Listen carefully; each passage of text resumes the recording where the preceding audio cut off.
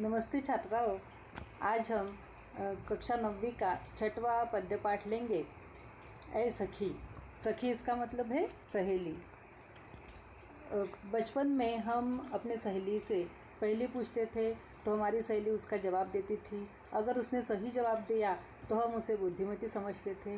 तो ऐसे ही बचपन की याद दिलाने वाली मैं एक पहेली आपसे पूछती हूँ।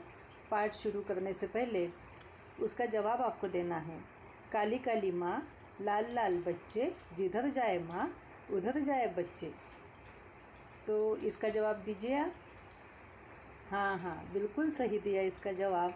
इसका जवाब है ट्रेन। तो ऐसे ही मुकरी या पहेलियों पर आधारित हमारा यह पद्य पाठ है। रचनाकार है अमीर खुसरो। इनका परिचय हम देखेंगे। इनका जन्म 1253 में पटियाली एटा उत्तर प्रदेश में हुआ और इनकी मृत्यु 1325 में हुई। इनका पूर्ण नाम अबुल हसन यमीनुद्दीन खुसरो था और जनसाधारण में अमीर खुसरो के नाम से वे प्रसिद्ध थे। वे पहले व्यक्ति थे जिन्होंने हिंदी, हिंदवी और फारसी में एक साथ लिखा। अमीर खुसरो अपनी पहेलियों और मुकरियों के लिए जाने जाते हैं। उनका परिवार कई पीढ़ियों से राज दरबार से संबंधित था। स्वयं अमीर खुसरो ने 8 सुल्तानों का शासन देखा है। अमीर खुसरो प्रथम मुस्लिम कवि थे जिन्होंने हिंदी शब्दों का खुलकर प्रयोग किया। उन्हें खड़ी बोली का आविष्कार भी समझा जाता है और उनको हिंद का तोता भी कहा जाता है। अब प्रस्तुत पाठ में 9 मुकरियाँ हैं। इस पाठ की विधा क्या है? मुकरी है। तो मुकरी मतलब क्या है कि पहेलियों का ही एक रूप है जिसका लक्ष्य मनोरंजन के साथ साथ बुद्धि चातुर्य की परीक्षा लेना भी होता है। अब प्रस्तुत पाठ में 9 मुकरियाँ दी गई है और मुकरियों का उत्तर साजन मतलब पति होने का भ्रम होता है। पर इसकी नायिका बड़े चालाकी से उनके उत्तर कुछ और देती है। तो इन मुकरियों का जो आखिरी शब्द है वही इसका उत्तर है। तो चलो मुकरियाँ लेंगे हम। रात समय वह मेरे आवे, भोर भये वह घर उठ जावे। यह अचरज है सबसे न्यारा, ऐ सखी साजन ना सखी तारा। अब इसके कठिन शब्दार्थ हम पहले देख लेंगे। रात समय वह मेरे आवे। भोर इसका मतलब है सुबह। भोर भये वह घर उठी जावे। यह अचरज इसका मतलब है आश्चर्य और न्यारा इसका मतलब है निराला। ऐ सखी साजन ना सखी तारा।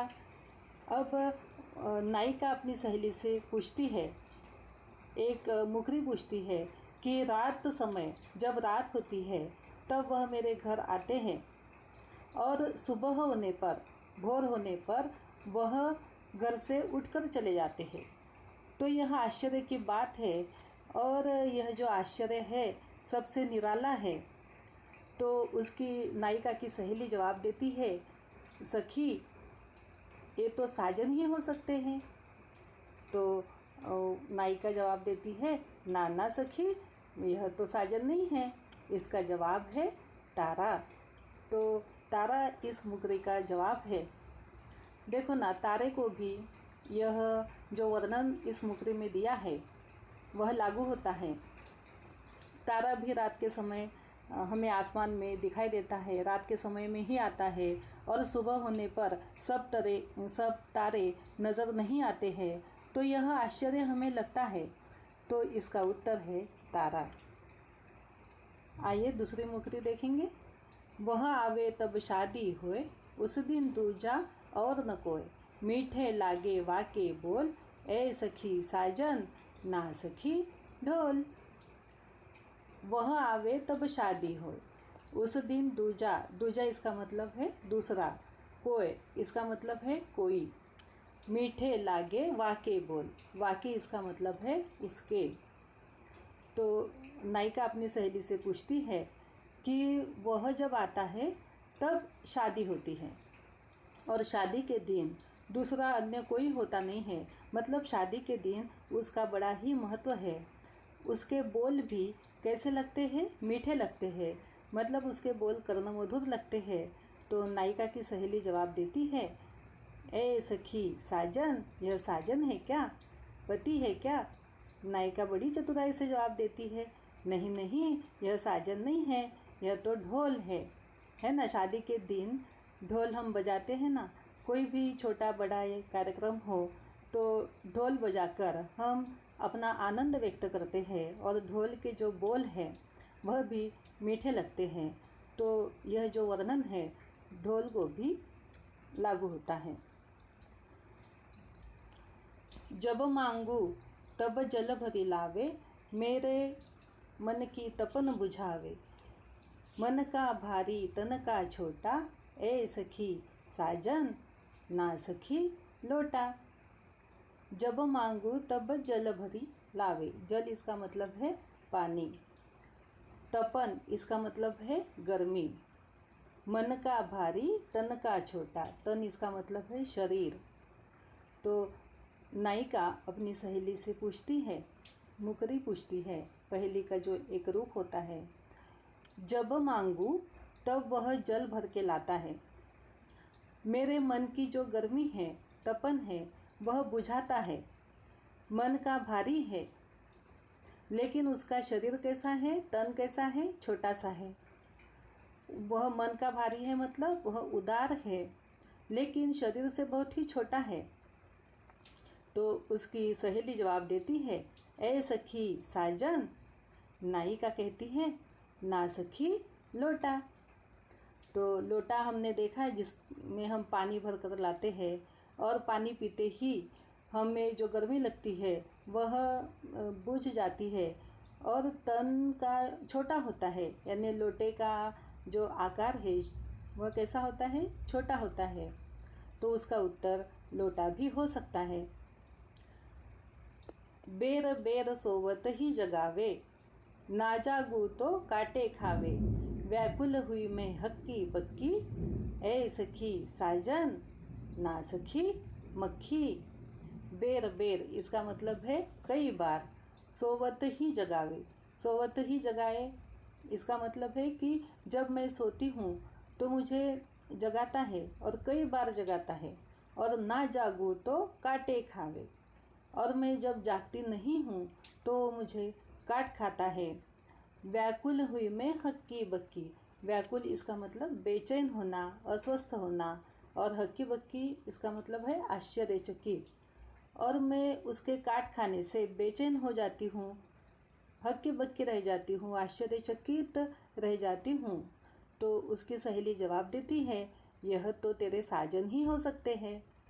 नायिका कहती है, ना ना साजन नहीं है, यह तो मक्खी है। मक्खी देखो हमारे कानों में भिन भिन आती रहती है, जब हमें नींद आती है तो नींद में से वह हमें जगाती है, कभी कभी काट भी खाती है। तो इस मुखरी का जो वर्णन है मक्खी को भी लागू होता है। अति सुरंग है रंग रंगीलो, है गुणवंत बहुत चटकीलो।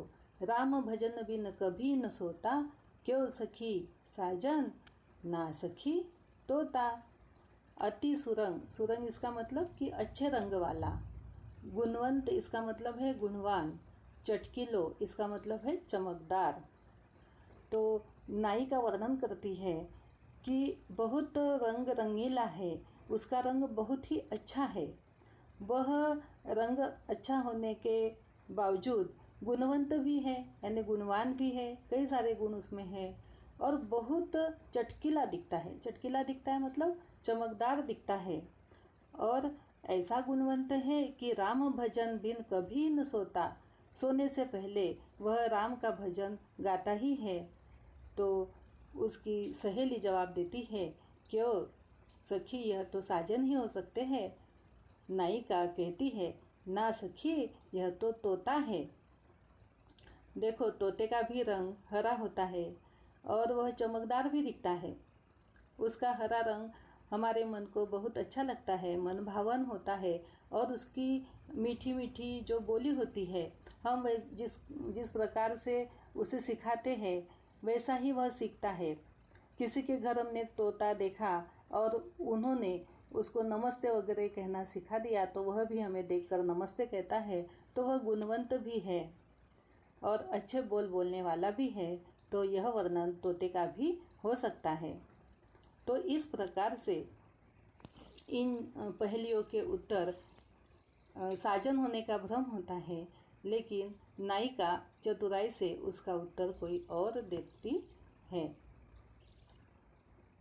अर्धनिशा वह आयो भवन, सुंदरता बरने कवि कौन, निरखत ही मन भयो अनंत, क्यों सखी साजन ना सखी चंदा। अब अर्धनिशा इसका मतलब है कि आधी रात को, भवन इसका मतलब है भवन, और बरने इसका मतलब है वर्णन, निरखना इसका मतलब है कि देखना, आनंद इसका मतलब है आनंद, और चंद इसका मतलब है चंदा, चांद जिसे हम कहते हैं। तो नायिका अपनी सहेली से पूछती है कि आधी रात पर वह मेरे घर आता है, भवन में आता है, और इतना सुंदर है कि उसकी सुंदरता का वर्णन कवि भी नहीं कर सकते हैं। ऐसा कौन सा कवि है कि जो उनके सुंदरता का वर्णन कर सकता है? यानी बहुत ही सुंदर है, और उसे देखकर मेरा मन आनंद से भर उठता है। तो ऐसा कौन हो सकता है? उसकी सहेली जवाब देती है, क्यों सखी साजन, यह तो पति हो सकते हैं। नायिका चतुराई से उत्तर देती है, ना सखी, यह पति नहीं है, साजन नहीं है, यह तो चंदा है, चांद को भी ऐसा वर्णन लागू होता है कि आधी रात को वह आता है, वह दिखने में सुंदर है। जब हम चांद को निरखते हैं तो हमारा मन भी प्रसन्न हो उठता है। शोभा सदा बढ़ावनहारा, आखिन से छिन होत न न्यारा, 8 पहर मेरो मनरंजन, क्यों सखी साजन ना सखी अंजन। शोभा सदा बढ़ावनहारा इसका मतलब है बढ़ाने वाला, आखिन इसका मतलब है आँखें, छिन इसका मतलब है क्षण, और न्यारा इसका मतलब है निराला सुंदर। 8 पहर इसका मतलब है कि 3 घंटे का समय। तो दिन भर में 8 पहर होते हैं, यानी 24 घंटे। और मनोरंजन यानी मन को प्रसन्न रखना। अंजन इसका मतलब है काजल। तो नायिका पूछती है कि हमेशा वह शोभा बढ़ाता है, शोभा में वृद्धि लाता है, और मेरी आँखों से एक क्षण के लिए भी वह अलग नहीं होता। 8 पहर मेरा मनोरंजन करता रहता है, यानी मैं प्रसन्न रहती हूँ उसके साथ। तो क्यों सखी, यह साजन है क्या? ना सखी, यह तो अंजन है। अंजन इसका मतलब है काजल। काजल भी आँखों से कभी अलग नहीं होता है। जीवन जब जग जासो कहे, वा बिनु नेक न धीरज रहे, हरे छिनक में हिय की पीर, क्यों सखी साजन ना सखी नीर। जीवन सब जग जासो कहे, जासो इसका मतलब जिसको, सब लोग जिसको जीवन कहते हैं, उसके बिना जीवन संभव ही नहीं हो सकता। वा बिनु इसका मतलब है उसके बिना। नेक यानी जरा सा भी, धीरज यानी धैर्य, उसके बिना जरा सा भी धैर्य नहीं आ सकता, धीरज नहीं आ सकता। हरे छिनक हिय की पीर यानी हृदय का जो कष्ट होता है, तो वह क्षण भर में हृदय का कष्ट दूर कर सकता है। तो यह कौन हो सकता है? क्यों सखी साजन ना सखी नीर। नीर इसका मतलब है पानी। नीर इसका मतलब है पानी। तो पानी को हम जीवन कहते हैं। पानी के बिना तो हम अपने जीवन की कल्पना ही नहीं कर सकते हैं। हमारा जो अस्तित्व टिका है पानी के आधार पर ही टिका है, और उसके बिना हम धीरज भी नहीं रख सकते हैं। हमारे हृदय की पीड़ा पानी हर लेता है। तो इसका उत्तर साजन होने का भ्रम होता है, लेकिन इसका उत्तर नायिका क्या देती है? पानी ऐसा देती है। बिन आए सब ही सुख भूले, आए ते अंग अंग सब फूले। सीरा भई लगावत छाती, क्यों सखी साजन ना सखी पाती।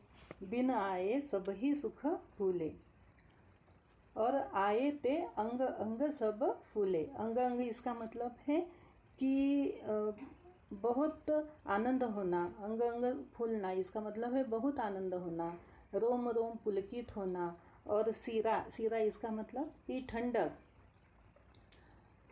तो वह अगर नहीं आते हैं तो मैं सब सुख भूल जाती हूँ, यानी उसके बिना मुझे कोई भी सुख अच्छा नहीं लगता है। अगर वह आता है तो मेरा अंग अंग फूल जाता है। मेरा अंग अंग फूल जाता है मतलब मैं बहुत ही पुलकित हो जाती हूँ, आनंदित हो जाती हूँ, रोमांचित हो जाती हूँ।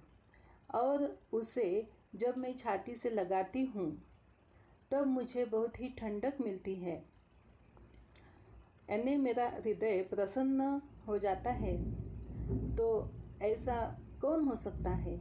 नायिका की सहेली जवाब देती है, यह तो साजन हो सकते हैं। तो नायिका कहती है, नाना सखी यह तो पाती है। पाती इसका मतलब है संदेश पत्र। तो यह संदेश पत्र जब आता है तब हम बहुत ही खुश हो जाते हैं। तो यह जो वर्णन है मुकरी का, वह संदेश पत्र को भी लागू हो सकता है। तो इस प्रकार से इन मुकरियों का वर्णन अमीर खुसरो जी ने बहुत ही अच्छे ढंग से किया है। और इस मुकरियों का जवाब भी नायिका ने बड़ी ही अच्छी तरह से दिया है। अब पाठ के आंगन में चलते हैं। मुकरियों के आधार पर निम्नलिखित शब्दों की विशेषताएं लिखिए। पहला दिया है तोता। तोते की विशेषता क्या है कि राम भजन किए बिना कभी न सोने वाला। अब नीर, नीर इसका मतलब है पानी। तो पानी की विशेषता क्या हो सकती है कि सबको जीवन देने वाला। तीसरा है अंजन। अंजन इसका मतलब है काजल। तो काजल की विशेषता क्या हो सकती है कि नेत्रों की शोभा बढ़ाने वाला। और चौथा है ढोल। ढोल की विशेषता है कि मीठे बोल बोलने वाला। और इन सभी 9 मुकरियों का भावार्थ आपको स्वाध्याय में लिख लेना है। और इसी के साथ यह पाठ हमारा समाप्त होता है। और आप ऐसी 2-3 मुकरियाँ या पहेलियाँ ढूंढ कर लिखिए। जब हमारी मुलाकात होगी तब मैं आपसे पूछूंगी। तो घर में रहिए, सुरक्षित